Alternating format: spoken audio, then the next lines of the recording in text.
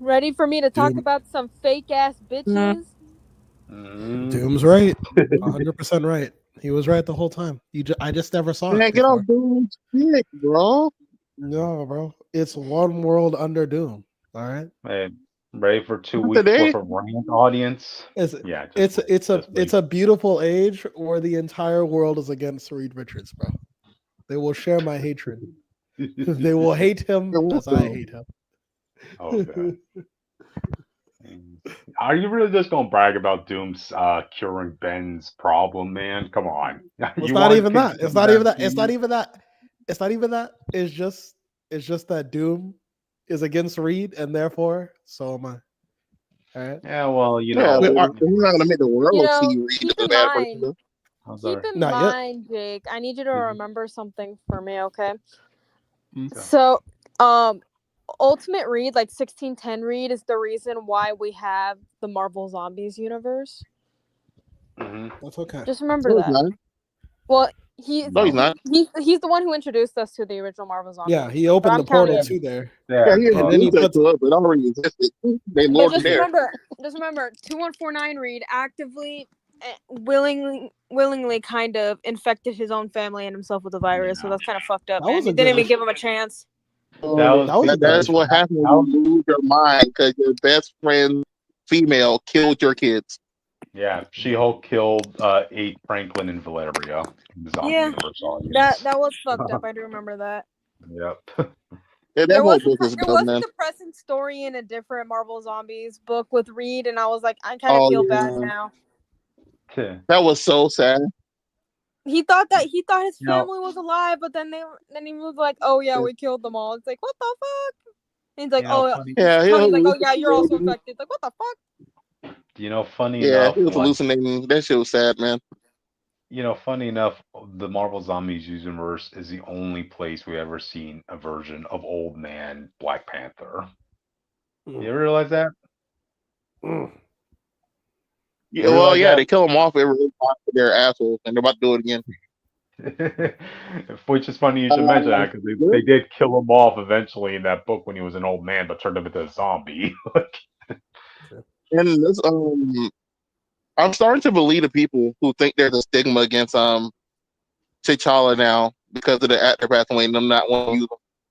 Because it's kind of weird Really? how many even more like Black Panther stuff is coming out without T'Challa and or he's dying in like the new book we talked about last week. Weird we weren't here. Uh, Oh, Well, hang on. I got a oh, counter proposal to oh, add wait, to that theory. did we talk about it?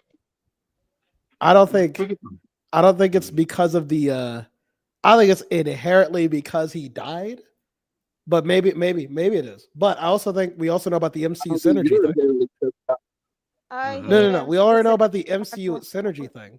So what if it's just because they're trying to line up with the MCU so they can get that's more likely to get a story picked up if T'Challa isn't in it. What about that? yeah, so that means Oh, because he died in MCU, No, they no, no, can no. do You're the same missing. thing. No, I'm not no, no, saying no. because it's I'm simply because the actor died. I think the actor, right. the whole actor, how the MCU handled Black Panther is dictating how they handle him now, and they refuse to use him. Yeah. Yes. Because he I feel ain't like gonna we give can me agree money. on that. He yeah. can't. He's not giving me Isn't money. What isn't T'Challa he doing for going me to lately? Why isn't are he you going to play so big? weird? Isn't he Give going to me be money. popping up in One World Under Doom and being kind of like the resistance fighter against Doom? Like, and I Yeah. saw a solicitation Yeah, about but that. this after also after remember they kicked him out of his country, all the Oh, other terrible stuff he's going on. oh, it's fun. Oh, Don't forget now right that you now, made me remember. Namor is more a ruler of Wakanda than T'Challa is. Don't Yeah. forget that right now. You just reminded me, Austin, because I know in the Avengers run right now, right? Black Panther has his own kingdom again, but in a different planet from a different universe. So if they ever want to pull that little trump card saying, "Yay, this is how we're going to get rid of T'Challa by saying he's a king in a different universe in a pocket world." Oh, do you want to know what happened? From So, what I remember, do you want to know what happens in the last issue of the recent Namor run? What happened? I no, don't remember it fully because I didn't actually fully read it, but like I kind of just skimmed it because that's what I do. So Mhm. basically, there he was like, "It's a democracy now." I'm like, "Shut the fuck up, Namor. You're Oh the king of God! Atlantis. Be fucking Every for real. I love every you. and I defend you with a lot of your actions, but this is one of your stupidest actions. Democracy in Atlantis. Don't forget, this was the moment where they had Riri Williams do the same thing about Doom, and that would make a lot of people hate her. Never forget that shit. Hey, when she randomly took over. After One World Under Doom, we better be imposing democracy in Latveria. All right, I just want. Yeah, come on. Every kingdom seems to be going that route in every story medium. Anything that has any place that has a king, we gotta introduce democracy as the saving grace. Look, I'm not but if you super do opposed that, to that. no. To be fair, if done right and give Doom a Council of Doom, that could be a cool story. But I don't think that could be like the standard for Doom going forward. Yeah, you know. Mm-hmm. But the Council of Reed versus the Council of Doom. Let's get going, y'all. Well, doesn't the Council of Reeds have a reputation of killing all their dooms? I forgot. No, they lobotomized them, and that's why Doom got to get his get back. Oh boy! Like, what can I do? Never forget. What can I do to one up? What can I do to one up a lobotomization on Reeds? Huh? I wonder. Never forget, Cryptid. There's 100 Dooms lobotomized, standing still in the Council of Reed's basement. That's literally how they just are. Oh my god, dude. Yeah. Be thankful Reed is on our side, audience. All right, so let that be the lesson today. I don't give a fuck. Mm-hmm. I literally cried for 10 minutes this morning about Wild Child, and then also freaked the fuck out because we're getting a new Alpha Flight omnibus. You leave me alone. Mm-hmm. Don't ask why I was crying about Wild Child. That weirdo. Huh? I said, stop crying about that weirdo. No, he makes me sad. I want to give him a little kiss on his head, okay? He deserves better, okay? I stand by that guy. It's weird. You're weird. You're a brick wall, and you're telling me I'm not allowed to cry over a humanoid person? You let me live. Over Saber-tooth illegitimate son? No, you can't cry about him. I'm crying about him. He deserves better. Yeah, a lot of our favorite characters deserve better, so literally from like the moment his mutant abilities emerged, he was literally fucked over and villainized his entire life. Like in canon, and it makes me not deserve. Fuck you, Austin. Isn't that the story of every mutant? Which? Somebody got it lucky. He didn't get it so lucky because of the nature of his powers. Leave him alone. Gotcha. But pretty hit his kid thinking he's special. He's special. He has powers. Yeah. I mean, look at Bailey Briggs, which he's complaining about how he's being treated because of his powers. I was with you until then, but you can't keep bringing up Bailey as an argument. Okay, we can't do that. Yeah, he lives the mutant experience, audience. All right, yeah, even though he's not mutant. But he goes through the experience of being hated and having the public hate him. Yeah, but the moment he's a mutant in our hearts. To me, when he has a mutant ability that fucked over his entire life, and also was experimented on and forced to be feral, even though the state of his powers wouldn't have made. Wait. You know he could be feral. Are you forgetting that he actually was experimented on himself? Yeah, he was. He went through a lot of that. Yeah. At least he was forced to be ugly. And I don't think Wild Child's ugly. He also had to take pills to be fair, he would be quote unquote normal, and it's like, I want to cry. Well, Bailey does have a face, a spider face. Spider Boy, we're not talking about Spider Boy today. We're talking about the actual man today. Okay. So let's get this started before I actually start crying about Wild Child. The dead man. Gotcha. Well, okay, let's get started. So. Welcome to Comic Live, the news and reviews of the week, audience. You're here with me, Cryptid Seeker 415. You know what? I'll save my intro for tomorrow. All right. You better. Wait. Do your intro now. I don't have faith that you're going to save it for tomorrow. Okay, if I don't do an intro tomorrow, then I won't be talking about Captain America for a month. How about that? All right. No, you can't talk about Spider Boy for a month. There you go. Okay, next one. Yes, and it is I, Jake Tylenol, and I've learned a very valuable lesson today. Primates are the most ignorant Pokemon I have ever come across. Those motherfuckers just fight for the sake of fighting. It is fucking hilarious. Did you see them how they turned to Annihilate? Bro, I watched a whole episode where these motherfuckers beat each other up until they evolved to beat each other up some more, bro. Yeah. Like this shit was killing me. They die because they get so angry, and that gives them the next evolution as a fighting ghost type, which is Annihilate.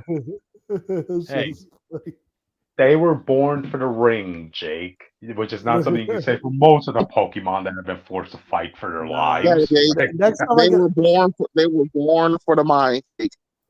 Next time I play a Pokemon game, bro, I'm getting me a private, bro. I gotta have this level of ignorance on my team. Bro. Every time if he's available, I would get him because his stuff is crazy. Yeah, bro, he's funny. Get a private with focus punch. 10 out of 10. Mm-hmm. Nah, it's but intros. Oh, it's my turn. Bricky Wall, Austin, Ace Comics. I don't remember.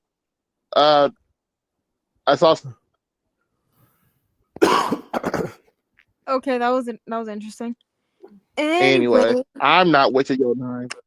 Oh. But I am Richter, also known as the Witch of Jotunheim. So suck it, Bricky Wall. Okay, pronouns that he has not goddamn changed. And I already said all my intros earlier, but yes, there's a new Alpha Flight Omnibus. I just didn't put it in the thing because it was a very last minute announcement. But I am excited to talk about some fake ass angels and some pretty boys that are based off Disney villains because that's all I do. Yes. And together we form the Fanatics, and we talk about the news and reviews of the week. On our special Monday nights, we talk about the media news, and we have some topics for you. We'll be talking about Captain America: Brave New World news. We'll also be talking about some Marvel Rivals news. We'll be doing some Ultimate Red Skull with our Ultimate Captain America fan here. And we have a giant-sized Spider-Man topic about giant-sized Spider-Man.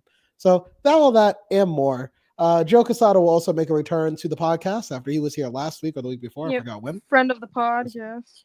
Friend of the podcast, Joe Quesada. What's happening with this man? I don't know. We're about to find out. But yes, you can follow us. I've never seen someone have so much content to talk about, bro. It's something every week now. You can follow us on Comic Fanatic 69 on our pod Twitter. But which? Don't you have I'm the one who's supposed to do all the socials. Stop doing my socials for me. I'm doing the YouTube part. You do the YouTube part. That's part of my job. I don't. It's a tag team. Yo, high five. Tag team. Go. I guess, but yeah, please subscribe to the YouTube channel and follow the pod Twitter. Make sure you turn on the notifications because I post literally before we actually, like 2 seconds before we actually start recording. So yeah, do that so that you can always get the links. And if you're lucky, you might see some full art later of a very specific Captain America stand. But anyways, if you don't want to follow the whole squad, you just want to follow little old me, you know, because I'm totally not alive. Don't worry about it. You can follow me on Twitter at Witch of Jotun with an E instead of a U because you know how that goes. You can also follow me on TikTok, Instagram, and Twitch at witch_of_Jotunheim. I do post stuff on there. I just posted a comic book haul, so if you want to see that, go to my TikTok account. If you want to follow me on Tumblr and Blue Sky, I just posted some stuff on there. You can follow me on Northstar Aria, and if you want to follow me on RedNote/Xiaohongshu, follow me at Witch of Jotun with a U this time.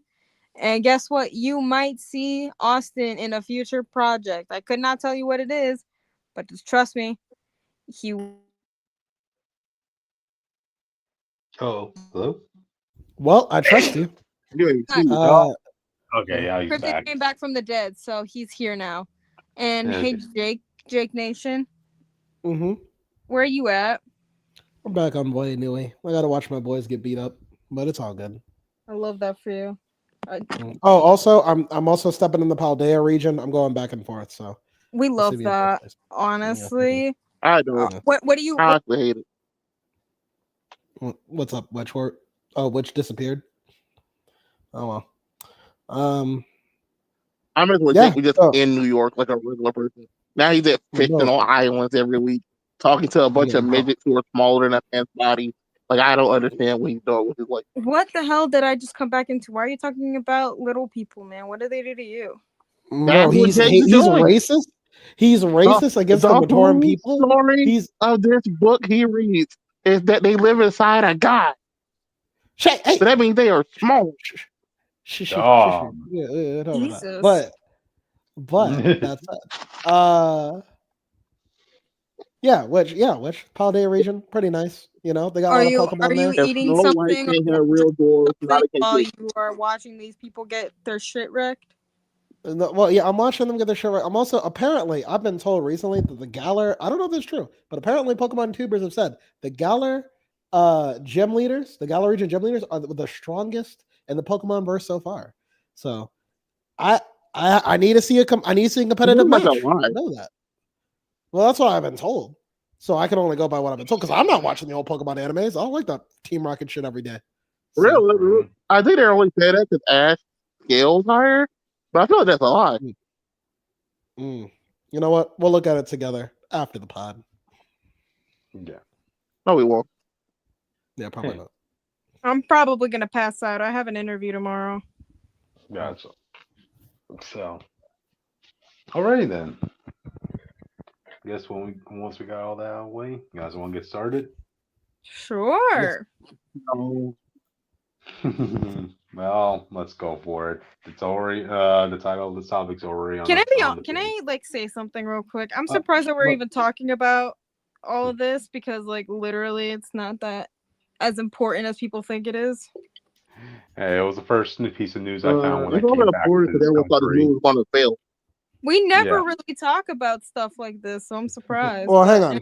I said it most likely wasn't going to fail because that's what analysts were saying. They just said it wasn't going to make big waves. So with everything that was going against this film, this was kind of like the best case scenario of box office wise this could have probably gotten. I mean, y'all know, audience, y'all know how much of a big Captain America fan I am, and I support Sam Wilson, taking up the mantle, this and that. But in like a perfect world, when there was going to be no controversies whatsoever in this film, I always thought like the best case scenario this film would have made was 600 million. So, but we aren't in a perfect world, and this had baggage after baggage after baggage going in on it. I'm still not 100% convinced that what was the budget for this again? 180 million officially, they said. That's what I was told. Yeah, 180. I'm still not convinced that's the actual budget. I'm pretty sure it was more, but if some people higher up could be swayed by this, okay. So this is a box office success. I just hope this means like they would see reason to want to continue on with maybe a Cap 5, hopefully, because hey, if something is a box office failure in the MCU, great chances are that you're not going to see another sequel after that. So whose fault is that?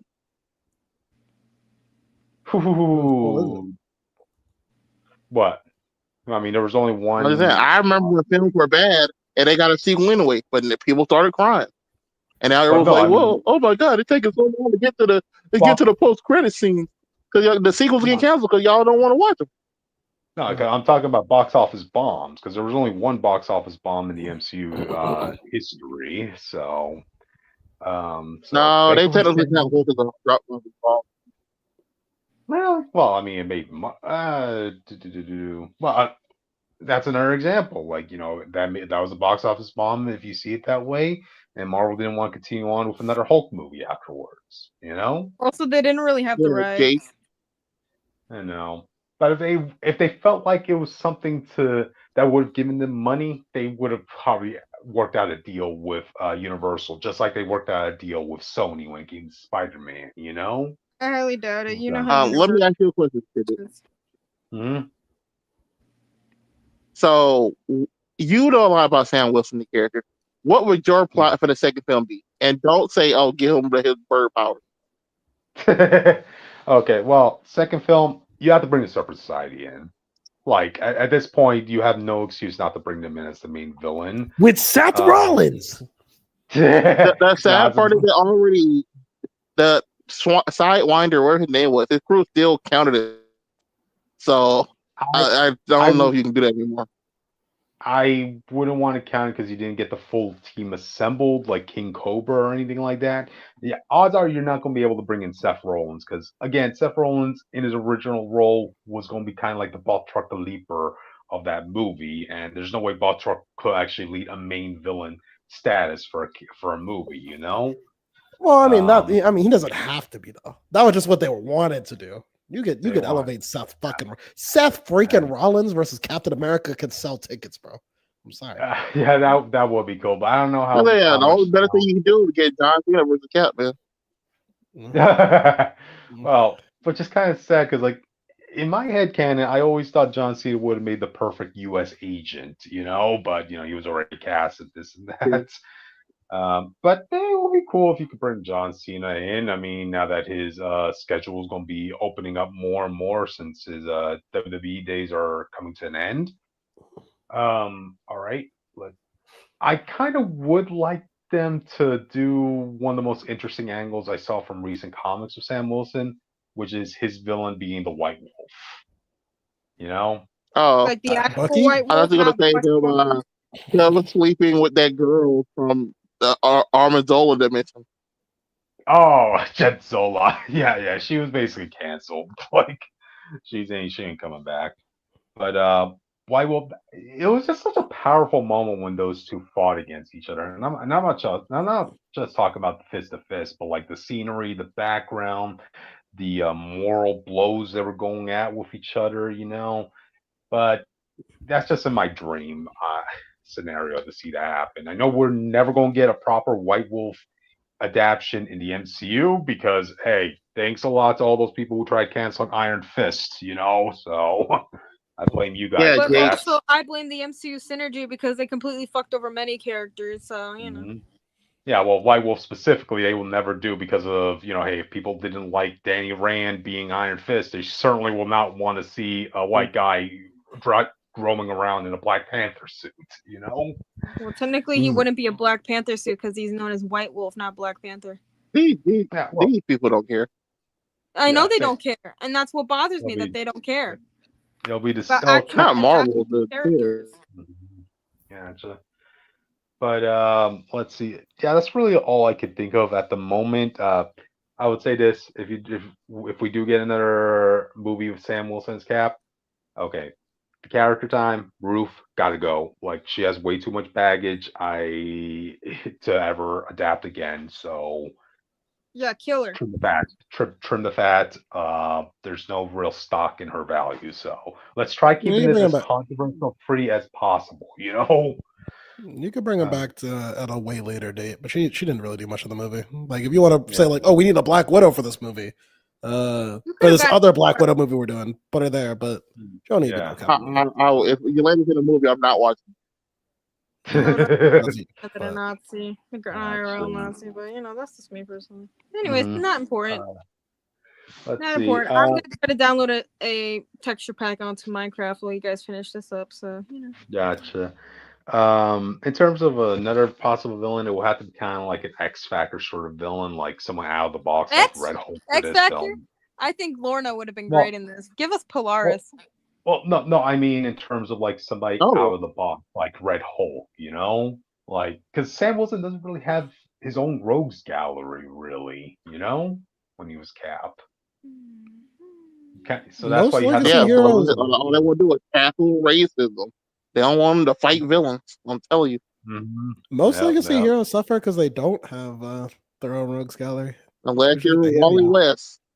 Fuck you. Yeah. Well, yeah, unless you're Wally West, and then years later, some guy who's like, "But I like Barry better," and then he's gonna ruin that whole legacy.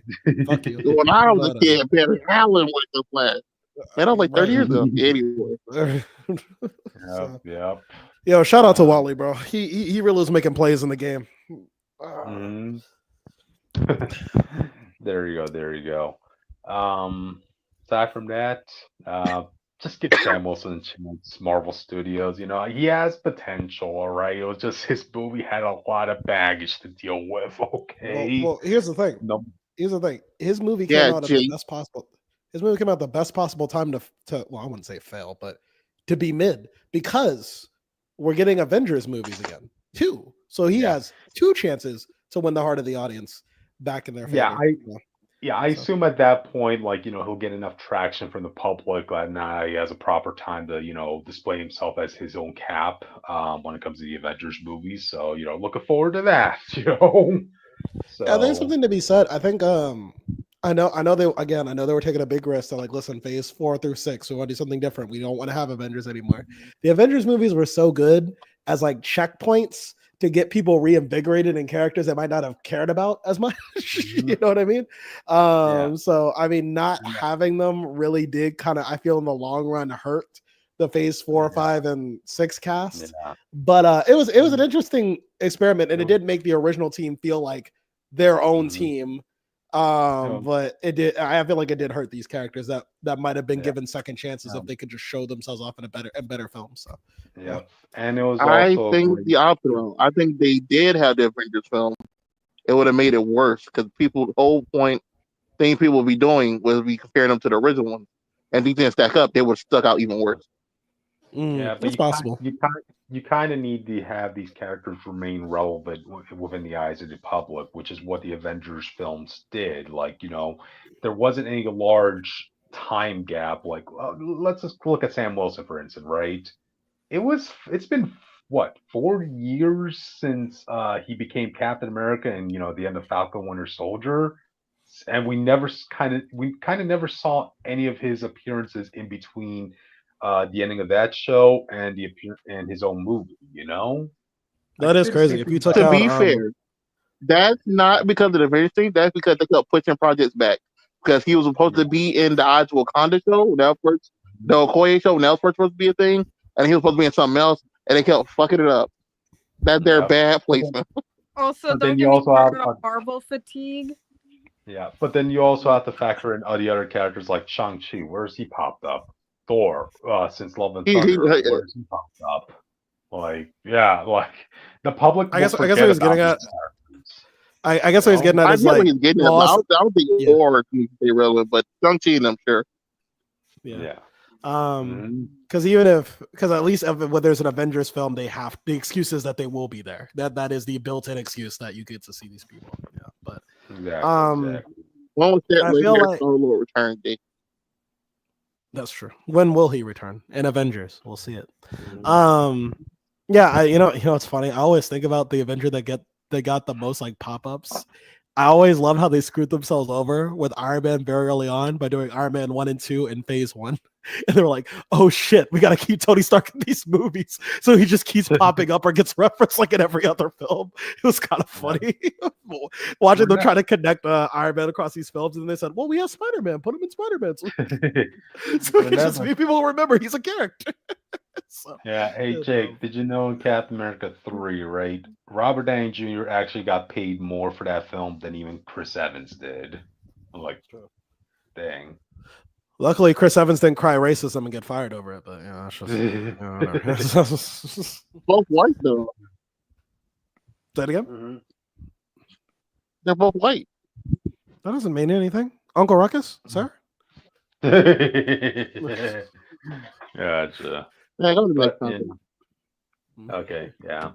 Giving me a thread of hope, this news audience, for another Cap movie. So, all right then. With that, we can move on to the next topic. Oh, Gooner. No. Which one of y'all? No. Which one of you weird Gooner dudes put this in here? I did not do shit. I put in hot topic if you did. I did not say we had to talk about it. Okay, you chose to talk about it. That is two different things. Degenerates online are looking up these characters so that they can fucking sexualize them tenfold. I know what you guys did to Ileana. Don't think I don't know. They're doing that to her anyway. Yeah. I know, but like they're doing it more now because God forbid, you know. So these And characters are it's the being same with popular. Invisible Woman, with these fucking degenerates, man. I fucking hate these types of people so Yeah, much. they're all It's not Namor. even like They're all tasteful. Namor. Let's not get on our moral Because a lot- soapboxes because we all know everyone here sexualizes character looks up sexual versions of characters. We watched a gay sexual movie last weekend. Yes, you do. I'm not There's multiple characters you search after. Hey, I wasn't here during that. Oh, I wasn't here during that. Whatever the gay So, did movie you watch we that watched, boy the gay love movie. stuff? Yes. Oh, I don't remember what we watched. That's crazy. I do. Oh, You made us watch Boy Love and you forgot? I forgot which one. I've watched so many. Wow.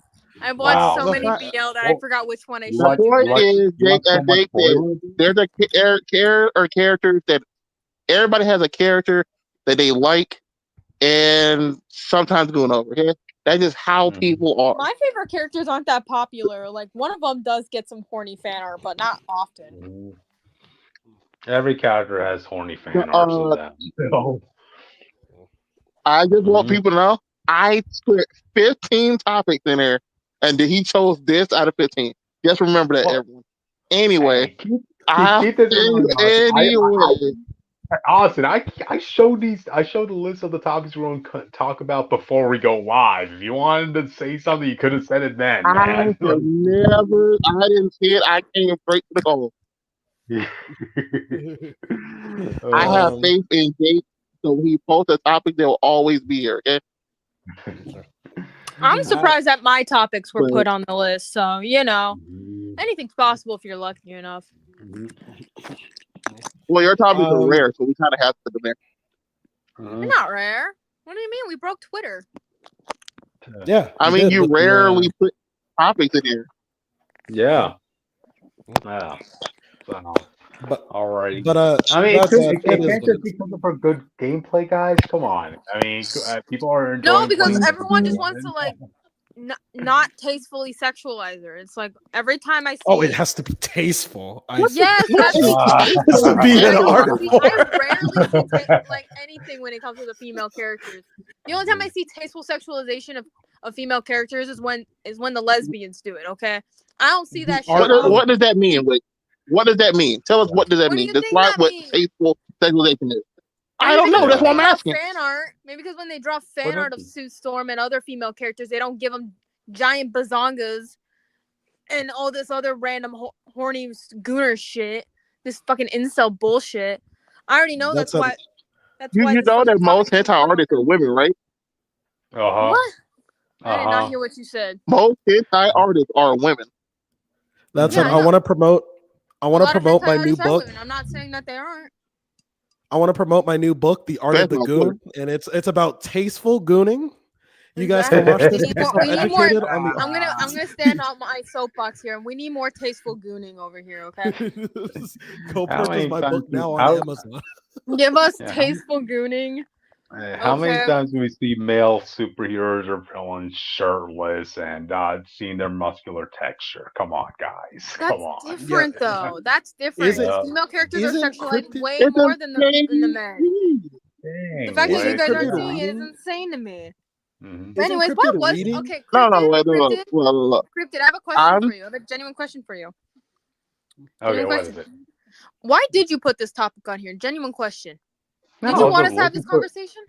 I was just looking up for what was on the hot topic lists. I was like looking at what could be the most conversational or fun topic to talk about, and I'm like, this is a Invisible Woman thing. Everybody here loves Marvel Rivals, so I guess we could talk about that. Austin, we could have been talking about Austin, I have a follow-up question. What? What topic out of all the topics you posted for this week? What topic would you rather have seen from your list? Let me check, cause okay. I thought no. It's just no. The one I would replace it with is next. Funny enough, well after yours, because I have two for this. So the first one that Saul Levy got canceled. Oh, then the second one was that the puppet Saul came out and said, "Hey yo, don't worry." Hey, we're talking about. Austin, we're talking about Saw later, dude. Come on. Yeah. I said I had 2 different topics for it. No. Anyways, But I yeah, don't know why there's we're talking nothing to about talk about this here. unless you wanted to have a She was conversation hyping the about game. Gooners. People looked her up. That's it. Yeah. Same thing with Some Luna say there's a Snow. Gooner So in all of us. I hope that this gets Yeah. people to start reading Fantastic Four comics, and Hopefully, not Ryan for North is Gooner a Ryan North is Gooner a G. bait. Ryan North is I a know. G. I hope. I know. I hope people actually start calling her Sue Richards instead of Sue Storm. True. That'll be fun to see. Hey, all I know is Luna Snow's popularity got shot up again when it came to her debut Marvel Rivals for a So did reason. Squirrel Girl. So did Adam Warlock. The Mhm. one main artist on Twitter and Tumblr that I follow. Oh, she's been having a field day with all the Adam content. Some say there's a Gooner in all of us. I say I keep mine invisible. Very funny. Let's move on. We got a lot of topics to talk about. He really thought he cooked. He really didn't, but here we are. Anyway, let's move on. All right, let's move on. Before my back gives out. Is it really my turn? Go ahead, Witch. Oh my god, it's my turn. Anyways, we just got the first official trailer for the first season, I can assume, of the Twisted Wonderland anime. You might be wondering, why is there a Twisted Wonderland anime? I don't know, maybe because this game's been going on for 5 years, so you know, it would make sense why we would be getting an anime. But this is based off of the episode of Heartslobule, which is some of the characters are loosely based off the Queen of Hearts and the Cardlings, which that's what I'm gonna call them because I'm too lazy to remember their actual names. Anyways, so yeah, we got the trailer. So basically, from what we got, it's just like the opening from the manga where we get our Yu character. So YUU, I think his name is Yukin. I forgot his actual name, but that's on me. We see what happens and how he got here, and he's like, "Fuck you! Like I don't want to be here. I need to go home." You know, that's how the game goes, and that's how this is going. Because not everyone wants to get isekai'd, but that's just me personally. But here we are.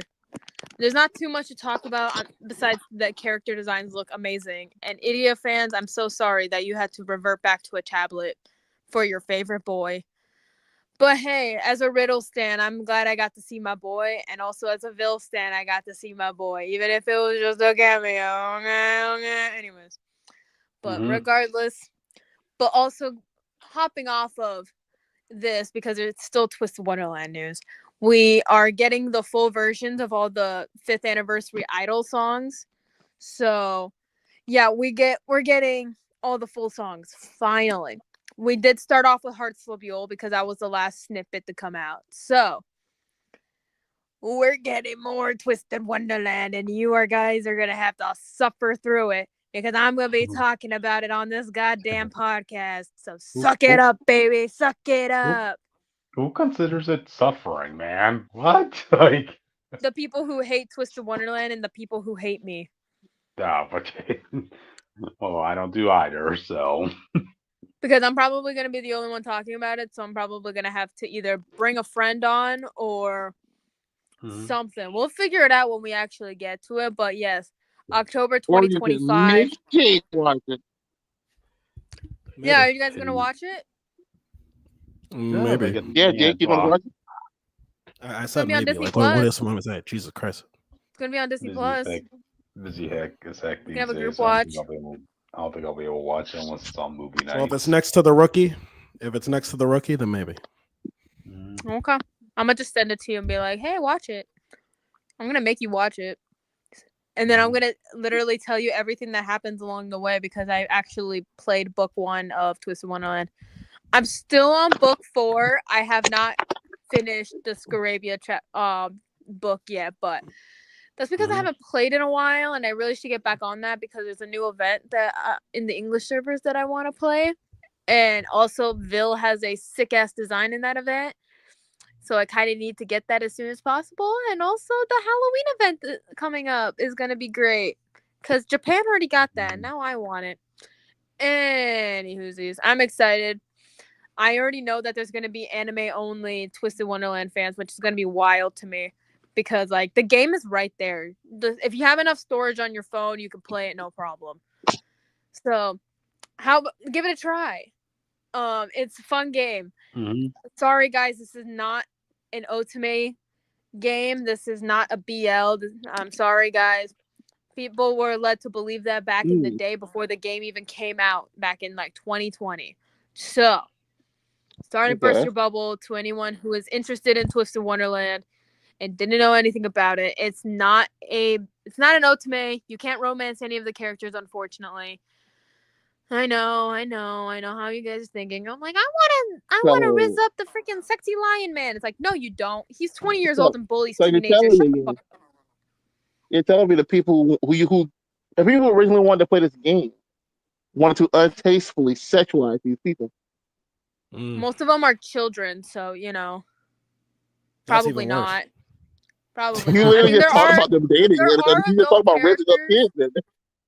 Well, keep in mind, we didn't know what the game was about. We saw a whole bunch of pretty anime boys, and people just ran with it with misinformation. And then we actually learned that this game was an action adventure game with gacha elements and also rhythm game elements. Don't get me started with the rhythm game elements. It's like, if I have to do another one of those purple ones, I'm gonna lose my mind. Those are timed. You know that? It sucks. I hate the timed ones. Let me play the red and blue ones. Let me play the green ones. Do not let me play the purple ones again. I fucking hate it. Mm-hmm. Anyways, I'm excited. We after years of having this announcement, we're finally getting it, which I'm kind of shocked. But hey, we got our pretty boy Riddle with all of his mommy issues. It's gonna be great. I'm excited to see his overblot in animated form instead of just chibi form. And live 2D form, I guess you could say. But anyways, I'm gonna move on because I actually know when to stop a conversation. Anyways, let's move on. That's it. Okay. Yeah. Cool. All right then. I guess with that, let's move on to the next topic, audience. Ooh, Saw. Oh, I saw this one. Well, go ahead, Jake. Explain to people. Saw returns to the podcast. Saw, what the fuck does this say? Saw 11 reportedly cancel for Panty and just canceled. I read I read it all in one sentence. Saw 11 reportedly canceled. Thank God. I was hearing my topic. The last one was good. Why you hate? Was it? I don't remember. Was it good? Yeah, the 11. We did with the old man and the girl again. The chicken. That was a prequel. Yeah. The one where Jigsaw went to Mexico and those people, conned him into thinking that they had a cure for cancer, and then he's like, you know what? Okay, screw it. You guys tried conning me and a lot of other cancer patients. Fine, I'm gonna put you all in death traps to remove parts of your bodies of the people who had cancer. So hey, you conned this one guy who had a brain tumor. He was a hero. Yeah, see, you conned this one guy who had a brain tumor. Fine, this guy, you're gonna have to take a part of your brain out. Oh, you conned this one person who had cancer in their legs. Fine, you're going to have to cut your own leg out. This and that, like damn. So when is he gonna team up with the CEO killer? Well, he's gonna have to break him out of prison first, but yeah, anything's possible. Yep. Yeah, but that was a good movie, I gotta say, audience. It did a little rejuvenization where Jigsaw was actually the good guy in that movie. I was like, whoa, I wasn't expecting that. He wasn't going out his way to imprison you for stubbing your toe. Yeah. I still remember. Never forget, in the third movie, he imprisoned a man because he was still grieving about his kid. I know, this guy has real issues, because I remember in the beginning scene of Saw 10, right? He was looking at this one guy, who was eyeing this one phone or whatever, right? Or a wallet. I forgot what he was eyeing, but it definitely looked like he was about to steal that item, right? And in the hospital, he went to that man's drawer. Yes, something like that. And then Jigsaw saw him, and he already contemplated in his head, okay, I'm going to stick him in a death trap where he's going to have to lose his hand or something like that, you know. But then the guy at the last minute turned away and didn't steal that item, and Jigsaw was like, "Good man, good man." What the hell? What the hell, man? Well, yeah. But yeah, Saw 11 being canceled or delayed. Oh, I'm not losing any sleep. I mean, I'm just amazed that this franchise went up to the 10th movie to begin with, you know? Like, Hold on. Cribbit. Going up to 10 movies is a staple of old horror. Hellraiser really? has 10. Jason has 10. Freddy is the only mainline killer that doesn't have 10. Halloween has like 13. Oh, okay. I didn't think of it The that problem way. with Halloween is that they reboot everything every few years so people forget. I didn't think of it that way, but then again, I also have to remember that's the Saw franchise did the biggest mistake in killing off their main lead early on, like what on Saw 3 or something like that. I mean, it's so amazing that they killed off the main villain only for them to sprout out like 7 movies later. You know? Huh. Mm-hmm. Yep. I mean, But what else can you do with Saw other than just more torture porn? You know? if they actually start putting people who deserve it to be in the trap again, I think you can do a lot. But I think you have them go at the other. You know how some movies have like real life murders and stuff. I think having Jigsaw go with a real life killer would be kind of interesting in the film. Yeah, like just continue on what you saw in Saw 10. You know, stick it to people who deserve it, not people who are going through mental issues. You know, like I think you can. I think we should give Saw one more try. Just to, one more try, and they know it's their send off. Just to see what they do. Yeah. I mean, as long as that main actor is still living and kicking, I mean, the Saw franchise is still has the potential of continuing on more movies after all. It's kind of crazy that the whole franchise is literally tied to if this guy wants to be in there or not. I know, right? Any day he just says, "Nah," they're like, "Cancel it. Just fucking scrub it." And one of the best parts is like, it doesn't matter if the guy ages at all. I mean, his character has cancer. Of course, he's gonna look like he's on death's door in every movie, you know. So, yeah. All right then. You guys have any further thoughts on this? No, but I am excited to talk about my topic because I'm not gonna let Jake ruin it for me. Gotcha. All right. Anyways, we got new characters for Panty and Stocking. Season 2. We're finally getting season 2 after 15 years. You ready, degenerates? You ready for this shit? No? Well, too bad. We got a trailer for 2 new characters. Can you switch to the first picture, please? Let's see. So this is polyester, and then can you switch to the second one?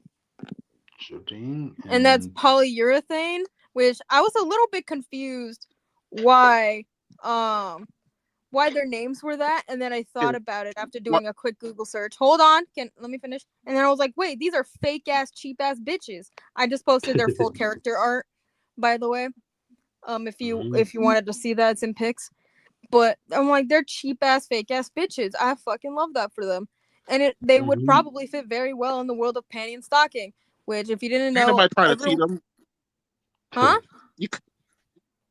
You cut out, so I was trying to fill the space on my side. Oh, okay, No. Yeah. Which, what these characters remind me of? Maybe it's just because of the hair color, right? It reminds me of this one show back at Cartoon Network, Hi Puffy Amayumi.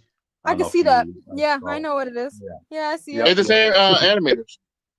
Oh, there you go. Yeah, I knew I saw a resemblance. Well, they switched studios because Gainax isn't really a thing anymore, but this is Studio Trigger now. But the art's also the same, and I love that. There was actually some controversy that didn't even need to be controversy around these 2 characters, and there were people that were complaining that they don't look like their designs are quote unquote too simple and everything. But it's like, do you not know what they're named after?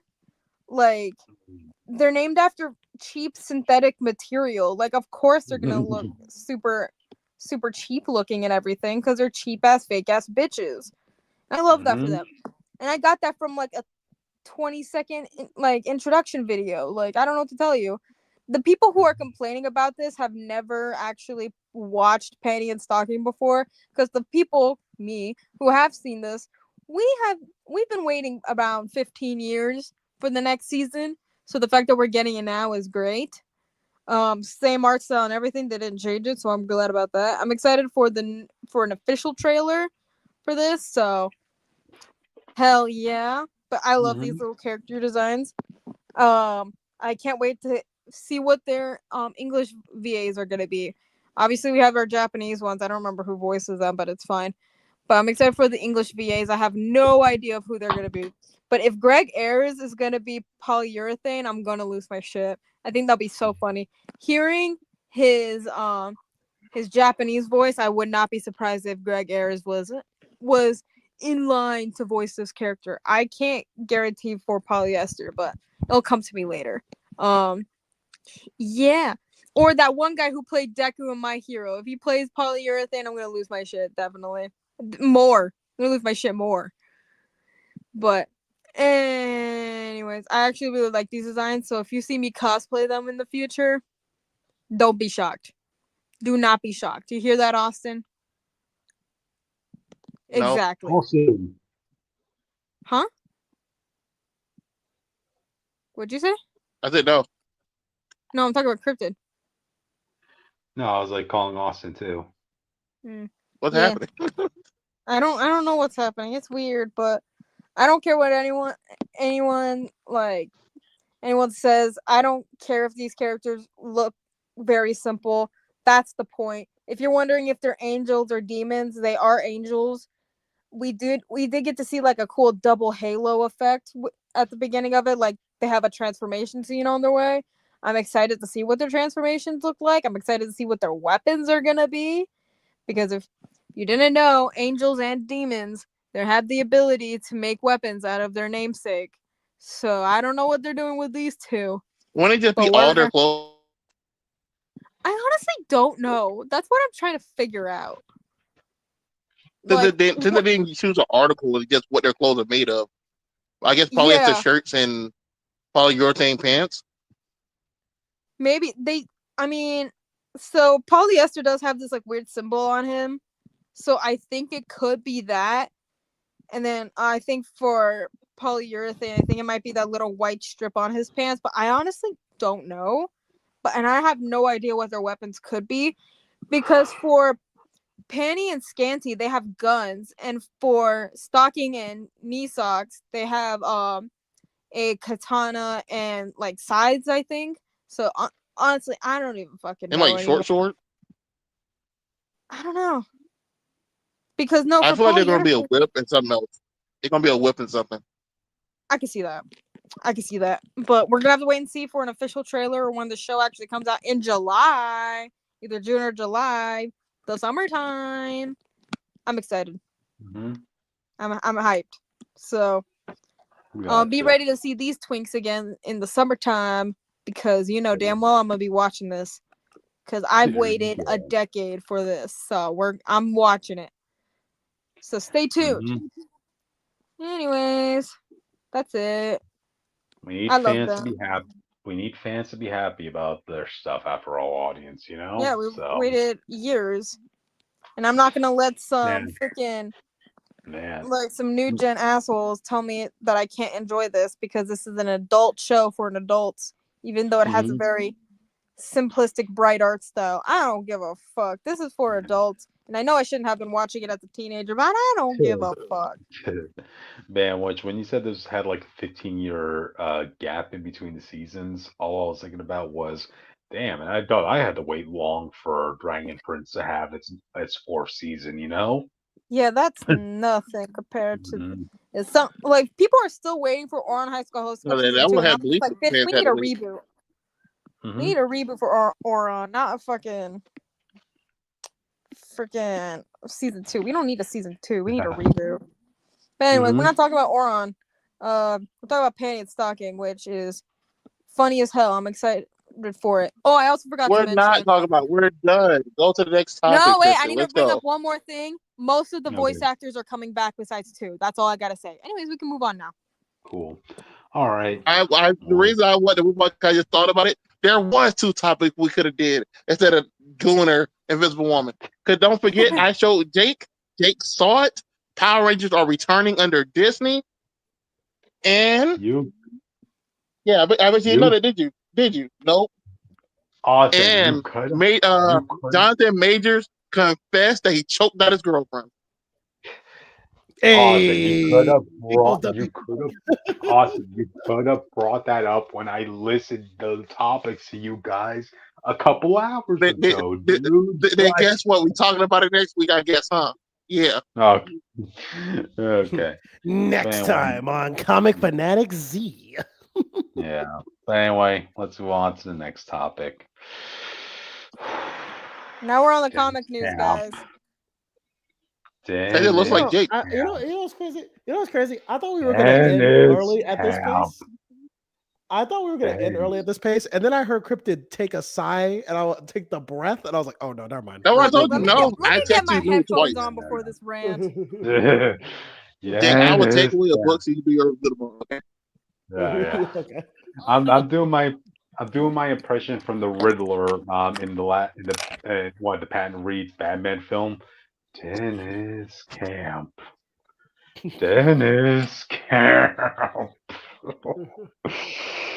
Oh, okay. So Ultimate Red Skull revealed. You know, audience, this is like that Hawkeye issue all over again, where I knew what route that issue was going to go, but then Dennis Camp decides, you know what? Let me up a notch a little bit more. Let me not just stick a knife in you, but I'm also going to be twisting it for an added bonus. You know, with that Hawkeye issue, it was that first page, right?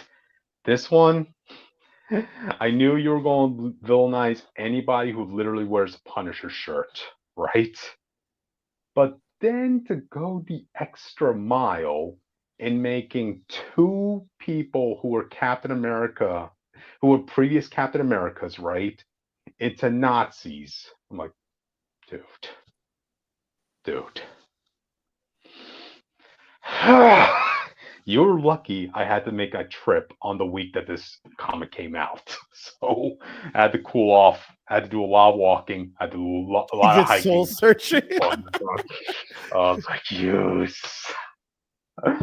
Oh my god. So yeah, audience, in this universe, Bucky is the Red Skull and John Walker is a Nazi. Shout out to him and Kanye. Yeah, let's go. Dennis Camp, I want to show you movies, man. I want to show you a full-on marathon of the most patriotic movies ever made in the history of the United States, man, dude. Because you definitely need that, dude. So yeah, of course. You guys ever wonder why I don't want to see any more John Walker stuff in the near future? You guys seriously want to understand why I don't anymore, right? Right? Because it's stunts like this, you know? Stunts like this. So, Austin, explain what happened here. You read the book. I didn't. Oh, so basically they went on. Captain America went looking for Namor, his other War II comrades with Jim Hammond. And I want you to know the first page of this book is Jim Hammond burning Hitler alive, which also happened in Civil War 6, just so people know. Yeah, that's something in canon. But the problem is, even before we get to the Bucky reveal, because basically they find Namor, he's already dead. Red Skull reveals himself to be still kid Bucky. He's not an adult, he still looks small. And then you see this brick wall of a man come out of John Walker. So, because in this timeline, they basically fused the concept of the Punisher and Red Skull together. So at least so far. Frank Castle might still be a thing. We don't know. There's no sort of hidden allegory that like you look at an outfit that's clearly supposed to be the Punisher, idea. Yeah. There's no hidden allegory that the writers. The dangerous thing I saw in this comic, other than just actively trying to spit in Cap's face, is that how would you know this whole book very gives a lot of speech about how you should just go out and kill Nazis. If you see a Nazi, you just beat them up and all that other stuff. And with how liberal and easy everyone in the modern day just calls everybody Nazi, I don't think that's a good message to have right now. Yeah, exactly. I said this before, Nazis, audience. man, they're the worst. Look, Come on. I said this before with Red Skull, right? Like Red Skull in several runs by writers, right? Red Skull's just being used for whoever the writer doesn't personally like in politics or maybe voted differently than they did, Nazis are people who deserve a special place in hell. They're the worst people imaginable. They do not deserve second chances. They deserve to burn in hell, right? And as Austin points out, a lot of people are just loosely using that term Nazis for whoever they don't like. And I just think that's wrong. Here, I've already made my viewpoints clear as to how I feel Dennis Camp is handling Cap, right? And his feelings regards to the country that Captain America stands for, right? I look at John Walker and I think this is literally the sort of person someone like Camp would want to villainize as a Nazi, which in John Walker's case is a strong Caucasian conservative. A veteran who actually likes his country. Yeah, he should be a Nazi. But a lot of the times, people who fit under that freaking category are the worst people you'll ever meet in your life. I've met people that, dude. I've met a lot of people who fit under that category, and they literally hate my guts just for existing. So I'm just gonna leave it there. I'm gonna go back to the first game. That's not John Walker, though. That's the problem. Yeah, I know that's not John Walker. I'm just saying a lot of people who fit underneath that category, those categories, there are good people and bad. Honestly, I don't want to give those people the time of day. Gotcha. There are good people. Because if they're going to hate me for existing, I'm going to hate them for existing. There are good people and bad people on all sides of this. Yeah, not when they're Nazis. There. But the thing is, what's a Nazi? They're making Nazis whoever you personally don't like in this case. Dude, Nazis are freaking far right extremist assholes. That's all you need to know at this point. And the fact that they're doing this shit is shown because we're literally seeing that happen in our fucking lives right now. And I'm just great. They're fucking over actual innocent people who are just trying to live. So they should be brutalized and slaughtered? That bothers the shit out of me. I actually did pay attention in history class, unfortunately. But hey, here we are. Unfortunately, ignorance is bliss. And we're deviating. The point is that John Walker is not a Nazi. That's the real argument we're having. It's not about this is all existential shit we're not really getting into right now. Yeah. It's that it's a mischaracterization of who John Walker is for the purposes of what people think John Walker is. So no. Oh my god. So and also, I have to kind of also coincide this with something else I'm thinking about, right? It's clear that Steve Rogers is being used as a punching bag from Dennis Camp. John Walker, he made a Nazi. Bucky, he made into the Red Skull. Now, I wonder I gotta ask you guys, how do you guys think he's going to treat Sam Wilson when he eventually makes his appearance? Both of you two. Black supremacist. I think he's going to go with the original origin. Before Red Skull changed them and have it be fully triple down on that. What was his name again? Snap Wilson. Yeah. I doubt he's going to want to do that. If anything, I feel like he's going to do the exact opposite and try being as respectful as he can to Sam Wilson's origin. That's just the way out of all the characters that I want to see in this universe. Mm-hmm. There are characters that I want to see that I need to how do I put this? That we need to see back. Like, come on. Like, there are characters that are probably gonna get done dirty, but at least I want to see them. Mm-hmm. At least, like, But Ultimate X-Men is a good book so far, and it's not pissing anyone off besides the people who make fun and whimsy. Yeah. But Yeah, going back to this topic, I'm just seeing Sam Wilson when Dennis Camp eventually does touch upon him, he's going to want to treat him respectfully as possible, and I'm just going to be like, really, you did some damage to the three other people who wielded the shield, but with Sam Wilson, you're going to want to put the safety gloves on. Hey, Cryptid, I have a book. I have a universe for you that I think you might like. That I would recommend you read. Mm-hmm. Is it Earth X? So it's Earth X, Universe X, and Paradise X. Mm-hmm. You're gonna love how Cap is portrayed in that book. Trust me. Yeah. You're gonna love it. I will send you. Already knows about the book. We don't talk about it. I know about it. Yeah, I know about those books. So that you can feel less enraged. I'll do that for you. I'll do that just for you. I'll take time out of my I'm going back and reading like a bunch of other old Captain America stories at the moment because modern stuff like this is just. Trust me, if you audience, if you want to see Captain America literally become like, how do I put this, like a saint, like an angel guardian person, like go read that shit, because that shit was wild, and I cannot tell you what the hell happened from that point on. It was weird. I saw that and I sent that picture of like Angel Warrior Cap, like Steve to Krypton, and he was like, what the hell is this? And I was like, I could not tell you. But here we are. So go read that if you want to feel less enraged.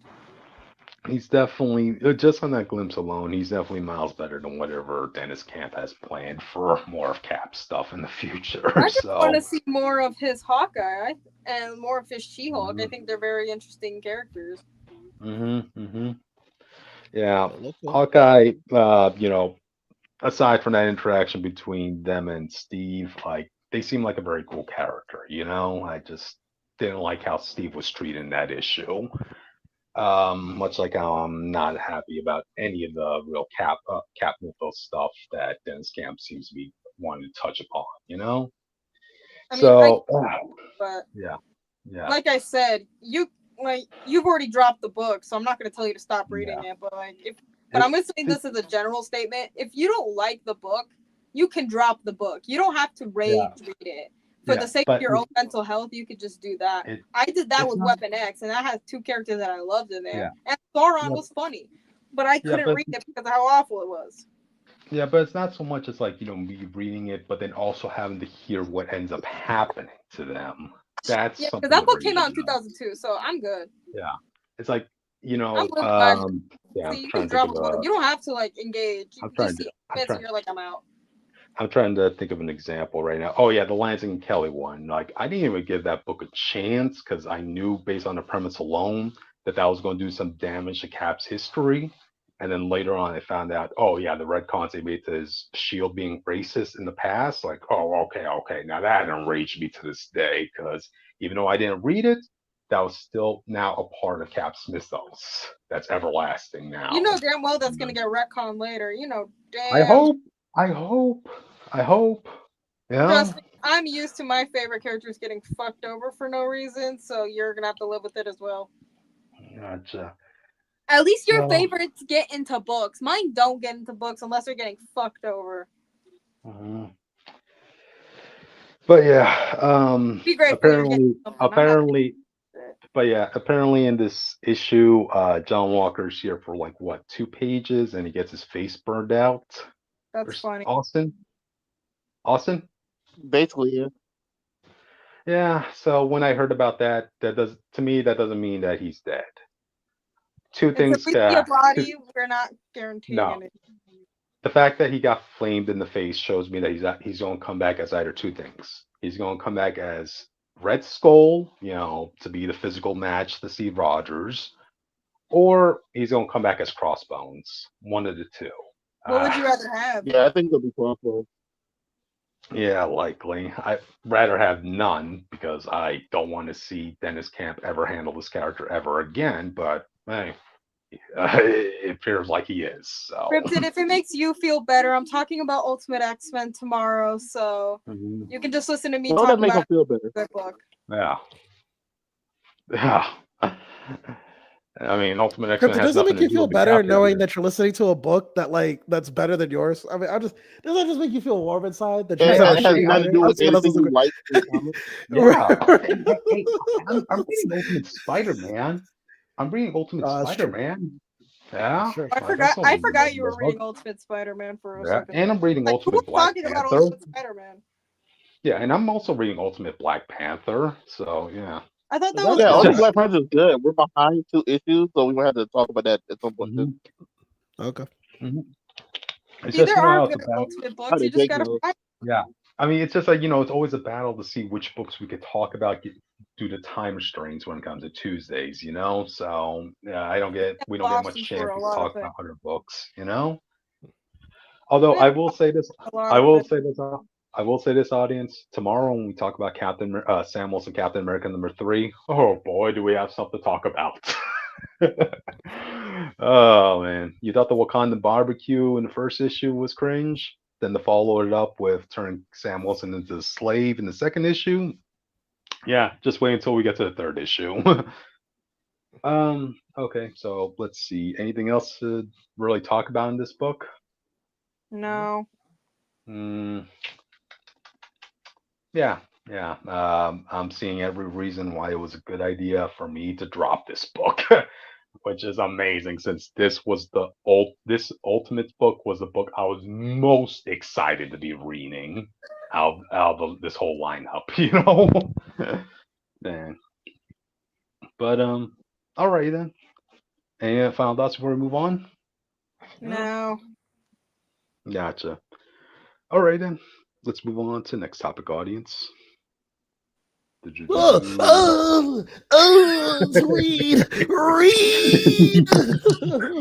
Jesus Christ, man! I had my phone on my nightstand, and all I heard was. Dude, I've been in agony for the past hour, so it's like hearing that I was freaking out. I was like, oh my god, someone dying? That isn't me. I was dying seeing his face. He's killing me. I hate him. How do you think I feel when I see my least favorite characters? Gotcha. But anyway, I guess I should read the title of this topic. So, Giant-Sized Spider-Man promises to add a character that will change the future of Marvel Comics. Turns out Spider-Man They had always a secret. do this. You say that, then the character lasts 2 months, and then that's it. Turns out Spider-Man had a secret girlfriend that was retconned from history. That was actually better than Mary Jane, but you just forgot. But now she's back, and she's been dating Peter for 6 months. The guy actually said that they refused to let Peter be committed. Is what the guy said. Tom Brevoort, yeah, man, that guy's really talking up a storm these past couple months. Really, we refuse. We already have another Spider-Man that could just not be committed because he's young, but we refuse to do that for the Peter who's been in the game, the Spider-Man who's been in the game. That's not possible. So yeah, I read the article, right? Apparently, they're just really kind of fed up with everybody going back to giant-sized X-Men, giant-sized X-Men, giant-sized X-Men. So you know what? Let's make a giant-sized Spider-Man and have that be as big of an impact as giant-sized X-Men then. And if it's successful, we'll do that to all the books. So yeah, audience, we might get a giant-sized Fantastic Four, a giant-sized Avengers, a giant-sized Black Cat. I don't think we're getting a giant-sized Black Cat. I think you're Guardians of Guardians of the Galaxy. All you told me is that this random dude was like, I'm so tired of other writers writing about X-Men, so I'm going to force y'all to write a giant-sized Spider-Man. And you know what the funny thing about that is that in my personal opinion, the best X book that's out right now is Ultimate X-Men. I think that's kind of funny, isn't it? Yeah. Strange, isn't it? Not fun. I mean, the cringy line with Cyclops in the current X-Men book, yeah, that kind of takes that book down a notch. The one where he's threatening the whole planet, but still. Um, let's see. Trying to see if there's anything else in this article. Oh, Kevin Smith's going to be coming back to write a story for this. The guy who ruined He-Man? Please, God, no. Say more. The guy who made that weird Daredevil story about that baby. Oh wow! What are you talking Willikers. about? Guardian Devil. Well, it was like I still remember Daredevil, that. Guardian Angel, or Devil, or something. Yeah. Yeah, it was Guardian Devil. Yeah, by apparently Daredevil was tasked with protecting who was supposed to be the second coming of the Lord in the form of this baby. Can I Yeah. ask a There you go. question? Can I ask a genuine question real quick? Yeah. No. Why? Why? All right, moving on. Daredevil. Ask Kevin. Yeah, I mean, Daredevil's religious. He's a Catholic, so yeah, I guess. So is stories of Kurt, his and they life, tried to make him the Pope to kill him or something. I don't fucking remember. Something along Yeah, that line. well, Kurt started his own religion, so now he doesn't count as That a was Catholic later. anymore. I'm talking about in the past. Yeah, and this story was in the past with Guardian Devil. Yeah, that's Yeah. why I'm asking why. Mm-hmm. You didn't answer my question, Cryptid. You just said, That didn't answer my question. That was Kevin Smith's pitch. Marvel editorial is so fucking weird sometimes. Yeah, so yeah, there are going to be a couple. Yeah, there are going to be a couple of big names coming back to write this book. You have Kevin Smith, Al Ewing, Chip Zdarsky. Okay, you might get a good story here after all. Giuseppe I can't even pronounce that. Sorry, audience. Mark Buckingham, and yeah, that's it. Oh yeah, and if you guys didn't notice, Miss Marvel's on the cover, so she's going to have to be part of this. Fucking damn it! I also noticed that Rocket Raccoon's on the cover. Yeah. Rocket here. Oh yeah. Well, Kamala has just more remembered. Yeah. What? No, go ahead. What was you about to say? No, what was you about to say? I was about to say Kamala has more reason to be here than Rocket Raccoon. So just saying. I guess, but not neat. But like, I don't know. It's so fucking weird, dude. Yeah. Like, I love Kamala, and I'm not gonna get you wrong. I love her. She's great, but it's like I feel like she's being shoehorned into everything. Oh yeah, definitely. What's the last thing she's been shoehorned into in the past 5 years, other than that one every X-Men book? X-Men. Oh, I forgot she wasn't. Like, you know what's crazy? I haven't read X-Men in so long. I forgot she was even. It's like that's true. Remember, because of the MCU, she was co-opted into being a mutant, like half mutant, half inhuman, which is fucking bullshit. But she was also forced to be in Spider-Man and apparently be best friends with Norman Osborn. I already know. And then she was also is in NYX right now. I don't know if she's still in it, but she was in NYX. No, I low key, high key dropped off even before it started because of what they did to my boy David and Tommy. I'll never forgive them. I waited almost a decade for that ship to be canon, and then they're like, no, we're gonna break them up off screen to spite you. And I'm just like, how about you kill yourself? There you go. And she was also shoehorned in creating violence over comic book, please? No. Jesus Christ. Mm-hmm. No, because I'm angry. I'm allowed. You're hurting my little boy ears. Okay, chill. You are a grown man. Shut up. Little boy killed. You are a grown ass man. I don't want to hear anything. All right. Well, seems like this was a giant-sized topic to talk about. Not really. We talked about Captain America more than we talked about this. You know, when it comes to like hyping up a character, right? When you hype it up to this extent, you're basically saying like their biggest value will be in their first appearance, really, and then afterwards they'll fade away. Like, does anybody remember Alpha? Alpha Flight? I do. No. Wait, obviously not talking about that. Yeah, I'm talking about Alpha and Spider-Man. Yeah, it was Spider-Man's first psychic. We're getting the omnibus. Made by Dan Flynn. Oh, I know Stan Lee must have hated that character.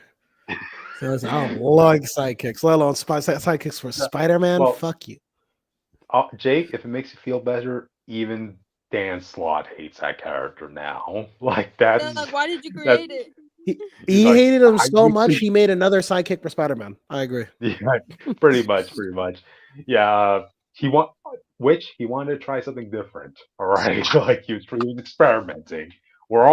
We all entered those experimental phases after a while, So no, yeah. I just revamped my OCs to make them cooler in the future, and make them all less white because they were all really white. I think that was who I was as a kid, but. Kind of racist. Okay, nothing wrong with them being white. I was a child, and I didn't know better, but now I know better. Now we know. I finally got to accurately represent my OCs the way that they needed to be represented. Okay. Excommunicate the white people. And plus, it was literally a thing of the times that like you weren't allowed to have POC OCs for some reason. I don't know why. Fandom was weird back then, but hey, here we are. To your head. That's my head about what? That's my head about what? They're like, no black people allowed. Don't you God forbid you do anyone who isn't white or whitewashing, like white passing Asian. God forbid. But no, we're good now for the most part. Luckily, my OCs don't really have a fandom, so we're good. Oh, by the way, I just want you to know if this is the segment that gets us canceled, I just want to know it all started here. I was ready for it. Well, with me not knowing better when I was like 13. Nah, that's all good. Yeah, I can properly represent my OCs now. It's great.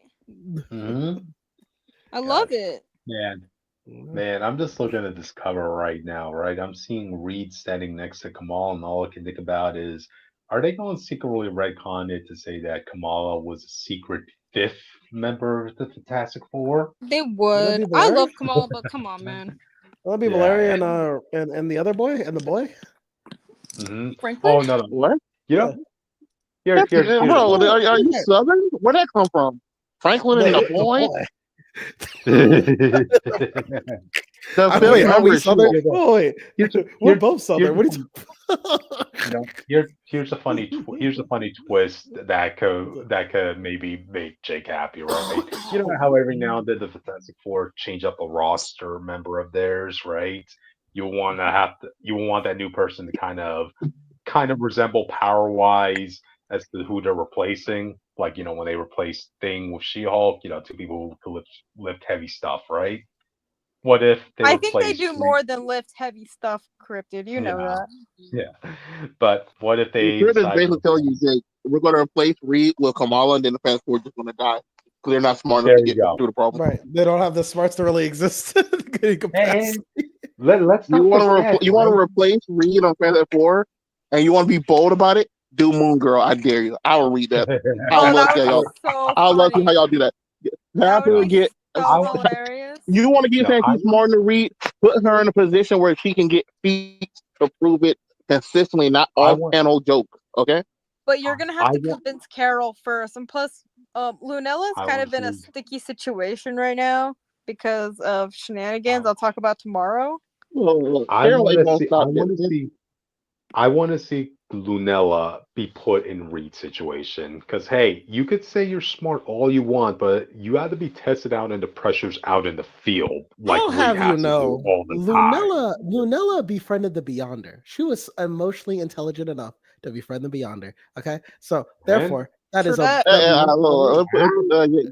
want to know the Beyonder is scared of Steve Rogers. Okay? That's crazy. Well, I mean, of course, he's scared of freedom. That's a legit thing. There's a full panel. You remember that book where Spider-Man fought the Avengers? Yeah. Where he wept Carol in the mouth like a famous panel? Oh, yeah. That was... Wow. That was... At the end of that issue, if you actually read it, Steve acting like, something's going on here. I know it's you, motherfucker. And you see the Beyonder panic. And he's like, oh, my God. Steve, he was not supposed to know yet. And he is freaking out. I remember you can't escape freedom, bro. That's just why he's scared, bro. Gotcha. That's why humans have something called free will. Yeah. Linnella, I just want you to know during Secret Invasion, right? The Skrulls had to take a readout immediately before they concocted their plan. And you remember when they advanced their shapeshifting so much that it could be impossible to find out who's a Skrull or not? Reed had to do that while he was severely injured and Oh, he's create a fine. Look at him. device. He's fine. Yeah. They did Oh, did you all see that that? only to later be like, well, just shoot them. And they after you shoot them in the shoulder and they bleed green, you know they're a scroll. Like, what? Big Well, fuck well, you. you You don't need do about that. Austin, you need to be sure, dude. Like if you see I don't know, Winter Soldier in front of you, man, you want to be sure if you're going to shoot him in the face that's a scroll or not, you know? Why don't shoot him in the face or shoot him in the shoulder? The left shoulder, to be fair. Yeah, that was Black Widow. They just shooting people in the shoulder.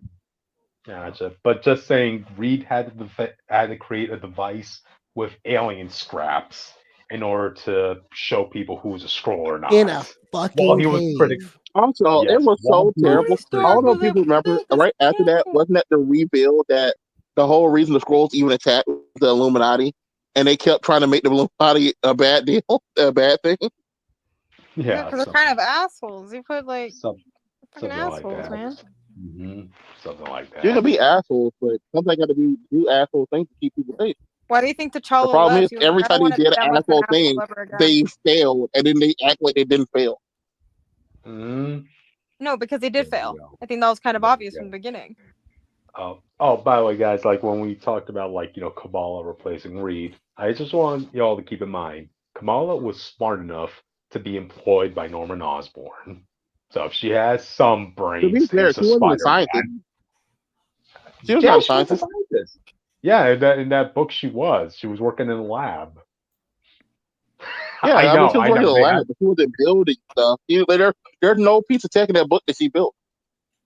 Did she do any chemistry? Yeah. She was holding. No, she was just there. They were saying she was doing stuff. She wasn't doing anything. She was holding beakers. Okay, just because I asked her she either holding beakers or she's leaving to be a hero, and then she died. There you go. And then we talked extensively about that issue that happened afterwards, because what the fuck was that? Stay away from this teenage girl, I swear. Creepo. Yeah, Peter, you're 25. Don't be taking this mask and crying your room like a little bit about it, okay? Norman Osborn's is more than half his age, and he was torn when Kamala died. Remember that, audience? That girl, I was nice to Norman for 3 days. Osborn literally hold this girl's mask in his hands in a fetal position. At least, like, Norman kind of knew Kamala enough. Kind of. They bonded over. They bonded over Kamala bringing him coffee. That's it. Literally, that was it. Assistant. Yeah. Oh yeah, she was an intern. That's what it was. That's what she was there. Oh. Okay, there you go. No. Yeah, get the fact straight. She was an intern. Gotcha. But, I'm paying, of course. We're not paying. Why would Norman Osborn pay his interns? He's like, I'll pay you an experience. It's like, bitch, I need money. I got bills to pay. Keep in mind, this was at a time when Norman was good. Yeah, she loved her dad. Mm-hmm. But all right, then. I think we spoke enough about this topic. Wow, this was. We just like went on a whole rant about Kamala for a second. Yeah, I just don't see what story you can tell what Spider-Man deserves to be time-sized in modern day. He just died, what, 5 billion times? What was it, Jake? It was some absurd big number. It was 8. He died 8 times, and then he watched all his loved one dies like 1,000,000 times on some genjutsu shit. Yeah. Plus, we're having and now he's the Juggernaut. You know that. That girl, the female Sidorak daughter, she gave her life to turn Spider-Man to the Juggernaut right now. Why? Why? Because he gave up his final life to save people. He gave up his final life in this thing to save people. So she gave up her life to save him and gave him the power of the Juggernaut to finish this trial in this fucking arc. Which, if Miles could become Spider God, let Peter have the Juggernaut power. Think of it I that don't way. know how I feel about Peter having Juggernaut powers. He's already really powerful enough. I think that would be low-key kind of terrifying. You know what? I've been saying that about Miles He every literally week, but I fighting get called a Juggernaut hater. villains. So You know what's get his crazy? own book and You know fight what his I own want? people, and maybe You know what I Spider-Man want wouldn't have out to of the do it. Juggernaut? And you want to know what I want? I What? want Kane Marco specifically. I'll talk about Justin another day because you know how much I love Justin. I want Kane Marco and Black Tom Cassidy to finally get married so that I can be happy for once in my goddamn life. Because if they ain't gonna give me North Star content, they can at least give me that. And Marvel, I will be a bitch about it. Don't think I won't. Okay. Anyway, any final But thoughts it's on true. this You topic? brought up Juggernaut. I'm bringing that up. I'm still on that. Don't think I won't. Any final thoughts on this before we move on, guys? No, Marvel, give me what I want. All right. Stop No. introducing females to Peter. Let this man go on his self-help arc and become a better person. And then let him maybe get with Johnny Storm. What? I didn't say anything. Nah, don't make it self-help. Let Peter join the Red Stop Pill. saying that every week. There you go. It's Peter Parker, Andrew Tate arc. Let's go. Shut the fuck up. I'll take it. You know what, Jake? You need professional help. That's what you need. For saying that, you need that. All right. So, okay, let's move on to the next one. Austin, you want to do the honors of this one? Oh yes. Look at that photo. Look at that real quick, Cryptid. I want you to stare The at that. aura. Who is that? This picture here signals the return of Marvel Knights, which was like the more adult brand for Marvel. Yep. But they also call this event specifically the World to Come. And why is it called that? Because T'Challa, the King of Wakanda, has died again. He could have just been replaced. No, he had to be murdered specifically. Okay. And we did have some photos, Cryptid. I don't know if you got them. But we had a photo of like old. He wasn't old, but T'Challa and Storm were kissing again. If they're together, look. If you kept these people married, it would have been fine. But if you break up and they have her shit on Wakanda multiple times, do not put these characters back together. Wow. If she's going to war herself to sleeping with Wolverine over you, do not put these two back together. Don't get me started. What is it with Storm and people with claws? Is that just her thing? I don't know, but like no, it's when it comes like if you're gonna pair Storm with Wolverine, you have to have Nightcrawler there. I'm sorry, it just does not work without Kurt there. As someone who knows a decent amount about X-Men ships specifically, it does not work without Kurt. It's either Kurt and Aurora or Aurora, Kurt and Logan. Maybe Piotr if you want to. That's for me personally, but like, regardless. But I wasn't the biggest fan of Storm and T'Challa, but that's just a personal preference because I knew shit like this was gonna happen. The problem with Storm as a character is that even though she has a whole rich history that people like, anytime writers need something to do her, they either just try to make her more powerful, even though she's already an Omega mutant. You can't really get stronger than that.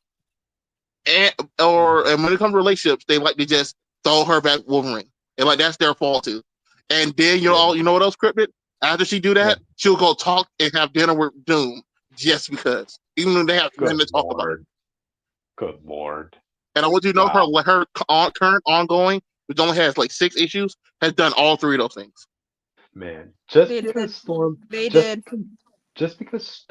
and T'Challa had their honeymoon be at Latveria that one time, Doom thinks he could come in and smooch in on Storm. Wow. What do you think Doom would do? He wants more power and he's gonna get it any way he can. Yeah, I guess. Yeah, and you gotta keep having him meet this man for dinner knowing that he just wants to use her for power. Actually have them get together or don't, because you're just not doing. You're just stagnating Storm's character. Storm is so frustrating to read because she's either doing the same 3 things. Yeah. Hey, Austin, remember a couple weeks ago we talked about that Cyclops moment where he told one of the agents of the American government, hey, if I die, you don't think my wife is going to want to unleash a mass extinction on the whole planet because of that? Well, look at The you funny, here. the funny thing T'Challa about Scott, T'Challa dies. Do you think Storm's going to want to wipe out all of humanity out because of that? well, keep in mind she's not married Wow. to T'Challa. No, yes. Yeah, It's the moment she. where Wolverine died and they were just friends at that moment. She started crying and she was like, "Oh my god, I can make it! My store Bobo broke the world." Some shit. Remember that shit, Jake? Oh, there you go. And she's not even going so much as unleash one Thunderbolt when T'Challa dies, is what you're telling me? Wow. Wow. Wow. Yeah, made me laugh, bro. Wow, woman. Wow. It'd be good. Like we knew they were just casually thrown together and then given a backstory later because Marvel liked how they looked. And in the moment X-Men movies started popping up, they decided that, the X-Men can't be happy. Mm-hmm. But now that that's over, they still don't care. Mm-hmm. Because they're owned by Fox at the time. Well, now they're not. Yep. Now they're owned by Disney, kind of. Yep. And now they're happy. Not really. Yes, they They're are. still being fucked over. Your fans might not be happy. Mm-hmm. I've casually been keeping up with most of the X-Men stuff besides me actively reading Ultimate X-Men, and no, they're being fucked over too. Like everyone, if you're a mutant, you're gonna get fucked over regardless if you're popular or not in some way, shape, or form. Yeah, it's kind of do better mutants. How about that? Yeah. Keeping up with most of the books is about as much as you can ask a fan because of the 10 plus book X-Men It's 15. books It's 15. Right now. Keep in mind, 15, yeah. we did get a recent appearance of one of my favorite X-Men characters, Mm-hmm. and him and a couple other mutants were on this team that they should not have been on because they were manipulated and all this other stuff. It's get my boys and girls out of there. Get Siren, Blob, Wild Child, and everyone else on that team out of there. You guys do not need to be there. You know what? I will put you guys on a team where you guys can do whatever the fuck you want as long as you're not hurting anyone, and we're gonna be good to go. And I'm gonna give Wild Child a little kiss in the head because I feel bad. Fuck Wild Child, okay? This is not an X-Men topic. Fuck that. I love him. I'm gonna go on a whole rant about it later. There's two. We saw two. We don't have the photos, but there's two active Black Panthers to look like. Only two people wearing two different versions of the armor, and one was wearing You remember how you remember how Killmonger used to have the leopard print suit? Yeah. Mm-hmm. So it was like the body of that, but with the head of Black Panther. And I don't think it's Killmonger. So I think they're gonna do the son of Killmonger, which is a story I've been saying they should have did. I don't know why you didn't do that story. It was a simple story to do. Yeah. But you have to go that I don't know these people. I mean, you have to go that route. Kill T'Challa again just to have Wakanda change is kind of uninteresting. But because we haven't seen T'Challa actually rule Wakanda in 5 years now? Has it been that long, dude? Wow. It really flew by. Wow. Well, because even when he was king of Wakanda, he was mostly doing Avenger stuff, so we didn't actually see him lead Wakanda, It didn't feel like it, at least. Gotcha. I just want to see that moment where T'Challa comes back to Wakanda and just shoves it up in Suri's face. Okay, y'all want to banish me from this place? Fine. I created my own kingdom in another planet. So, ha, Yeah, he has the whole intergalactic Empire of Wakanda. They just don't want to do anything with it. We don't have it since Ta-Nehisi Coates. And that was cool. We got symbiote Killmonger and stuff because that revealed that every major Wakandan had their mind copied in space. In case T'Challa died, we need another T'Challa. We can just make T'Challa. That's kind of racist, but it's out there. Oh my god, dude. Yeah, T'Challa lost his memory and he got saved by the Empire, and they had a backup of his mind, just like what Krakoa was doing, and they put it in his head. And that's how Killmonger. That's how they made the new Nakia and all that stuff. Geez, the whole photocopying of your mind, that sounds like Batman protocol sort of stuff, Yeah, now it's the Black Man protocol. There we go. There you go.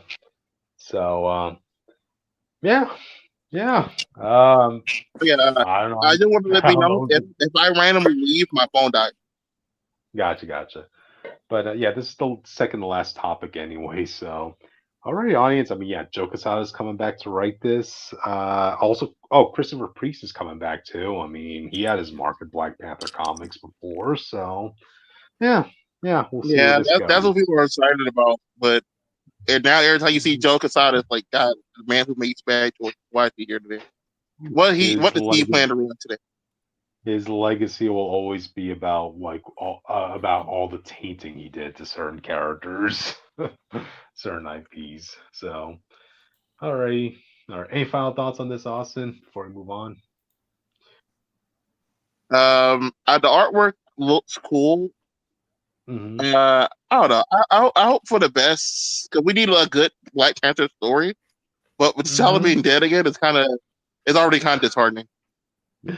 I know, right? They want to maybe he gets some good stuff in the flashbacks and stuff.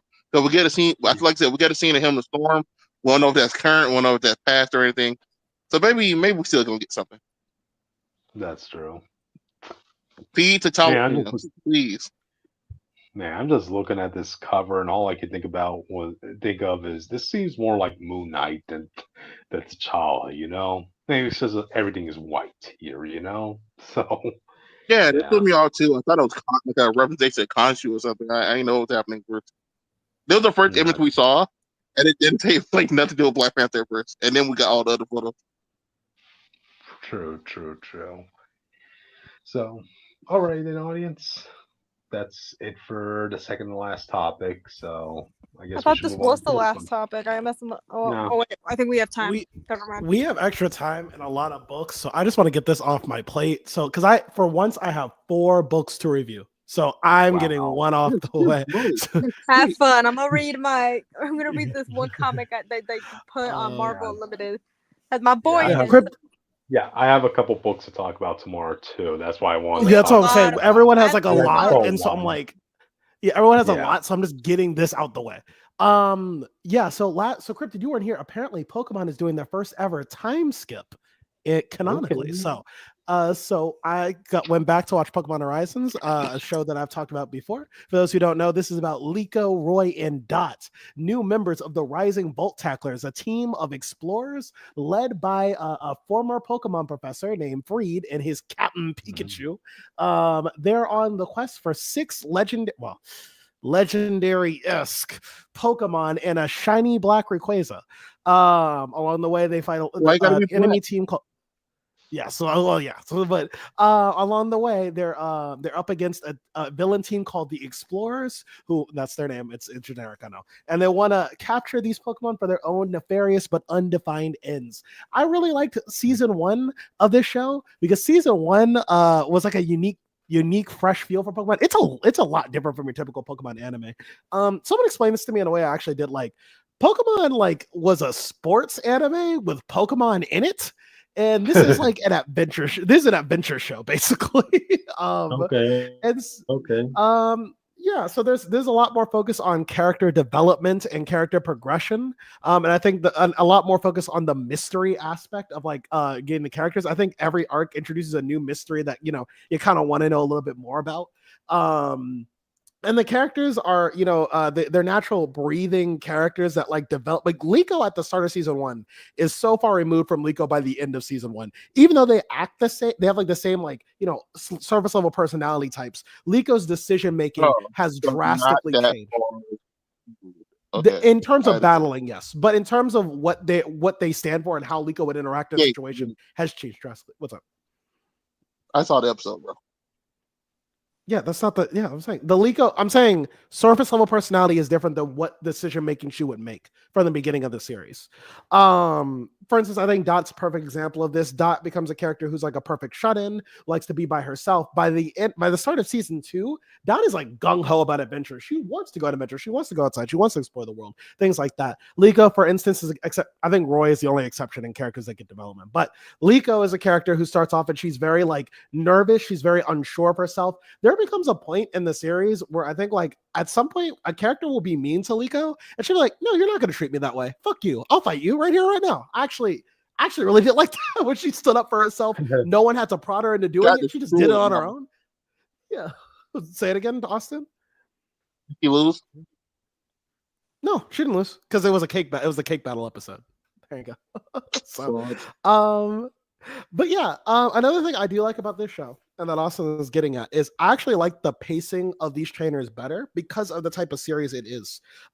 These characters have an adult team with them. So the urgency for them to develop in battling does not have to be insanely quick as it did with Ash. Ash is in a series that is a competitive by nature. So everything Ash has to go through. So the plot can't progress if Ash doesn't get strong enough to face a gym leader. So he has to be a certain strength level by this time or the plot can't continue. In this series, that's not the case. Liko, Roy, and Dot do not have to be gym leader level strength for the plot to progress, which means you can see a very more natural growth with them. They're not really the trainers from the games. They're more like the trainer. They're like the trainers that you fight in the games, basically learning to be as good as Ash. They also don't have to be smart or have common sense in battle. Not all the time. Some of them do. Sometimes they do. Like Roy is the only one where I'm like, Roy, that you could be a little smarter. Liko actually does. I like how Liko starts off in the first episode where she fights Captain Pikachu. How she starts off just spamming moves and attacks, and then by the end of it, she's like, "Wait, I might only have." She might have Liko in that episode learns that I might have only one attack, but I don't have to use it in the same way. I can use different ways of using leafage variations. Sometimes she'll use leafage for a straight up attack. Sometimes she'll use it to cover her, give herself cover for a better attack. She'll mix it in with quick attack. The way she uses her moves is more like creative than like just like spamming it, basically. Yeah. Dot, except for like in that one episode that Austin saw, is like Dot is really the smartest of the three. The problem is her Pokemon are just weaker than like the people that she's usually up against. So she's not like the best, but her Quaxley is like actually pretty cool. I actually do like how some of the strategy she comes up with, like how to use when a Pokemon has a full counter move, how she out counters it with like a low kick, basically. From Quaxley. I don't know how to explain it because I don't know Pokemon terms that well. I just know like when I was watching the show, I was like, oh, that's pretty clever how she came around that. So I didn't like that. Roy is the only character I'm like, because like sometimes Roy does all right. Sometimes Roy is good at hyping up his Pokemon. The problem with Roy is that like I feel like sometimes this motherfucker forgets he has two Pokemon. he fights like he only has one Pokemon at all times. When he has a flying electric type, he just never uses. But that's my problem with that. But that said, I do like that instead of the goal being that they have to be gym leader ready strength, instead the goal is they just have to be better than the last time they fought somebody. So when they're fighting the explorers, they fight like a different tier. So you have like the Jesse and James of the group, like that's the first ones they fight. Very early on, Liko and Roy will struggle against them. I think after a couple arcs, they can pretty much beat them reliably on their own. And so then they introduce two more villains. And these villains, the first time, they're clearly not on that level. Like, they can't even touch these trainers. The second time they face them, they actually can survive a couple minutes with these trainers. They're not, like, seriously doing any damage, but they can hang in there.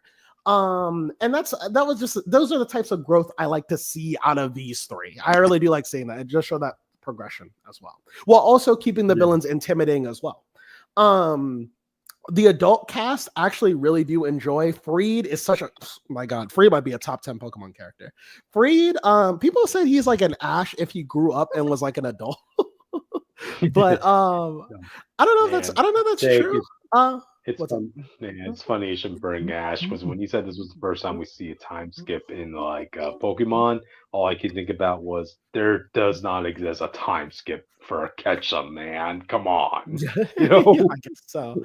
I don't know if Freed is exactly supposed to be Ash as an adult, but he is cool. He has that free-spirited nature. I like how he's always in control of the situation. He's clearly the best fighter on the ship. His signature Pokemon, by the way, no coincidence, I'm sure, Pikachu and a Charizard. So take that as well. They know who the poster childs are for the franchise. Let's not blame them. They do. I think his Charizard doesn't get as much time to shine as Captain Pikachu because Captain Pikachu. Oh my god, I love this Pikachu, bro. This is the only name, bro. Stop it, Captain Pikachu or Charizard. Stop putting respect on his name. Bro, Captain Pikachu is the only Pokemon in this show where if Freed isn't there, Pikachu still knows how to box, bro. He don't need Freed to tell him what to do. He'll just do it himself. I remember watching Liko battles. This Pikachu's got hands, and you're just gonna have to deal with it. It's true. I remember Liko's like Sprigatito was in a fight, and Liko got distracted because something happened behind her, and Sprigatito was about to get hit. If Liko didn't say dodge, that thing was gonna get hit. Captain Pikachu's like, if Freed ain't telling me something, I'm gonna do something myself. Like, you know that this show is the epitome of I Lord the Bar so much. The character doing the bare minimum gets hyped like the great thing of all time. But hey, that was in the original show where like if people didn't tell your Pokemon to dodge, they just get hit. Hey Jake, I always that's what I said. Hey Jake, because Lord the Bar so far, characters if people doing the most average thing seem like the most incredible thing of all time. Yeah, no, I agree. Sure. Yo, Jake, you know there's a time skip that you know how to say Sprigatito now. That's true. I did, but now Sprigatito has evolved, so I don't know how to say the new name. I think it's like Meow's Grade or something like that. I don't know. It's but actually, yeah. Something I do like though is I do like the Pokemon characterizations. I know this has always been a thing in Pokemon. I've never paid attention to it till now. So I do actually like all of the Pokecast. Quaxley is just funny. There was like one episode where there was a Pokemon who has a natural ability to use its scent to rizz up the female Pokemon. And Quaxley was mad because he was using this power to bully a female. And so Quaxley comes in and he's like, nah, bro, I gotta show you real Riz. And he starts like dancing, like he starts like breaking it down like in the middle of the park. And his moves are so great. All the female Pokemon with no natural ability all come walking to him. I was like, damn, bro, he got natural ability. Say it again. I just made dance. Listen, bro, it works on the ladies. That's all that matters. Okay. I actually do like Sprigatito a lot too. Sprigatito does a lot of like abandonment kind of issues at times. Sometimes, like as Liko gets like more ingratiated with the world of Pokemon, Sprigatito feels like Liko doesn't like him as much anymore. What I do like, there's like one episode that really deals with that, where like he deals with like how one time he was friends with a bunch of other Sprigatitos, and he hurt one on accident trying to save them, and they shunned him. So he's kind of a bit like he's a bit wary whenever like Liko gets mad at him or something like that. And there was one episode after he evolved I thought was fucking funny because the way they framed it. Sprigatito evolves into this like older cat thing, and ever since he's become this cat, he's kind of become like an angsty teenager, low-key. There's an episode where he's watching the other baby Pokemon Liko have just kind of goof off, and he's like, these fucking losers, bro. I like this whole attitude he had this whole episode. There was a point where like Liko goes missing, and Austin was watching this episode. There's a point where Liko goes missing, and this Sprigatito has to take care of the Pokemon while she's gone. And I was like, this whole bit, I just really liked. It felt like a big sibling taking care of the little siblings type thing. So I really appreciate that episode. But yeah, in terms of like the vibes of the show, there is no Team Rocket. There's no like real Team Rocket. It's not like every episode is going to be the villain showing up to be like prepare for trouble. So there's a lot more room for the plots to breathe, and there's a lot more rooms for the character arcs to feel honest. I also like the season 1 finale as well as an example of this, where these kids fight the shiny Rayquaza. And I like how it was just try to impress him. Basically, it wasn't like they were obviously not gonna win. You could look at their Pokemon and be like, they're not gonna fucking do anything. Even with Freed there, and like even with the villains helping them, they weren't really gonna win. They were trying to impress. They were just trying to impress this Rayquaza and show its power. But even with Freed and like his rival there, they couldn't really do anything against this Rayquaza. I really did like that. Like the finale there, they threw every move and tactic at this thing, but they made Rayquaza feel like a real legendary, and I really did appreciate that. Like this was not something they're gonna catch easily. So now they're on a training arc, so they can get stronger, learn terrestrialization, so they can catch up to that level. But yeah, I did. 25 years. It's gonna be longer than Ash journey.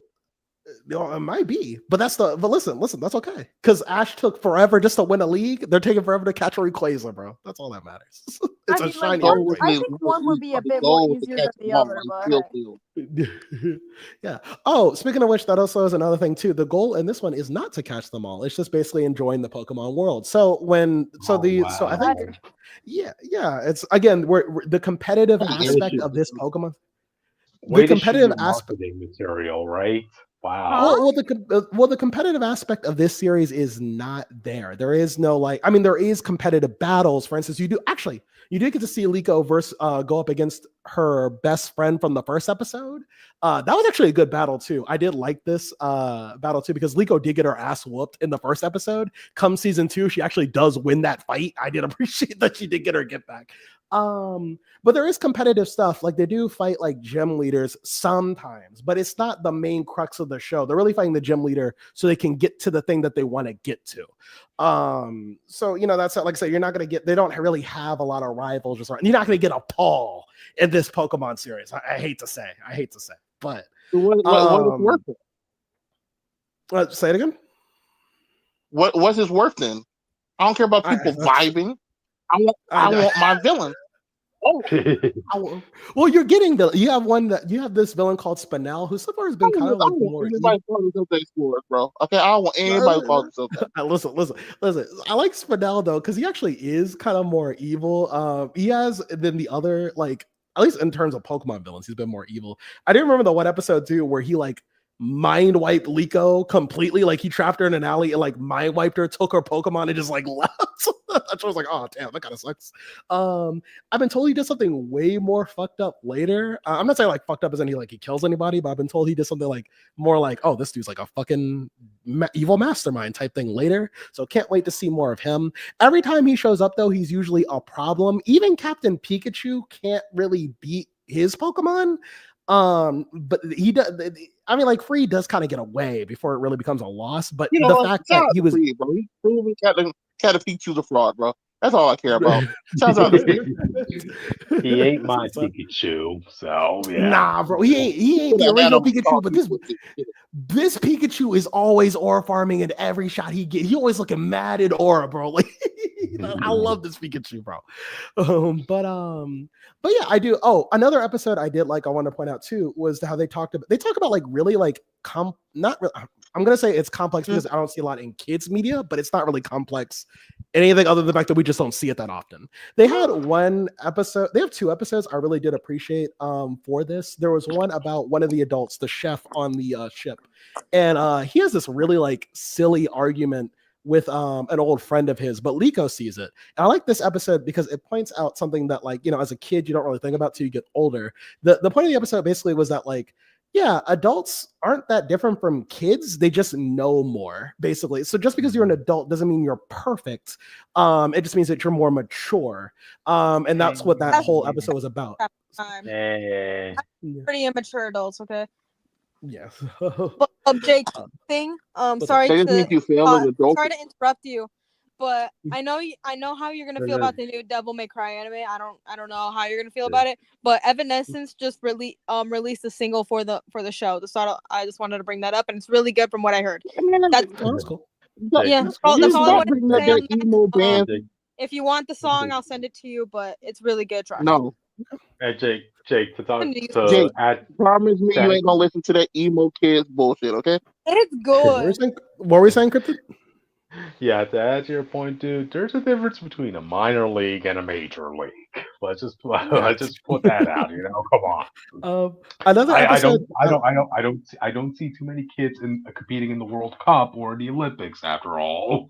So, that is true. That is true. There you go. Another thing I did like too. There's another episode I liked very early on late in season 1, which was about Freed and Captain Pikachu, and about how friendships are complicated. Because Liko has to do a report about about a perfect Pokemon and partner team, basically. And so she chooses Freed and Captain Pikachu because they've been the perfect team, her perfect role models. Failure. And so what I like in this episode is at first she's all confident in it, and then she loses confidence because Freed and Captain Pikachu get into this big ass petty argument, and for Captain Pikachu keeps showing Freed attitude the whole time. And I like how she's like, well, these guys aren't really perfect partners. But I did like how like that's just like they might like bicker with each other, but there was like later in the episode where they get into like a whole big fight, and without even talking to each other, they formulate a plan just off an eye glance. Like that's how good of partners they are. They don't even have to think about it. They're just like, I see what you're saying, go do it. And like they orchestrate this whole like plan that Liko and Roy can't tell what's going on because they don't know what they can't hear them. But between Freed and Captain Pikachu, they're able to orchestrate this whole ordeal that saves the day. And it shows that like, a perfect partner isn't someone you don't argue with. It's somebody that you care about and someone that you like resonate with. You don't even have to talk about it. You just know, like, you know what I mean? It's like episodes like those that I really find like responsible to teach like kids that I found like really kind of profound in a Pokemon series of all things. But yeah, that's it. I'm really enjoying my time with this show. I feel each arc progresses very naturally. So I can't wait to really finish it. Every episode is kind of a vibe. I highly recommend you watch it. It's on Netflix. Season 1 and 2 English dub is really great as well. So yeah, now I don't have to review this tomorrow. So there you go. Gotcha. Yeah. How long? You have made me fully a Pokemon Horizon hater, bro. All I know is for the best, man. It was nice that you reviewed it tonight, man, because that was a long one. Yeah, I was like, because I have to do season 1 and 2. I was like, you know what? If we just do this early, let me just get those out the way so I can do the other 2 stuff. Yeah, because we're going to talk about Sonic twice tomorrow. We have to talk about. I have 2 Sonic books tomorrow. 2. I know. I just said that. I'm proud of you. No, yeah. Well.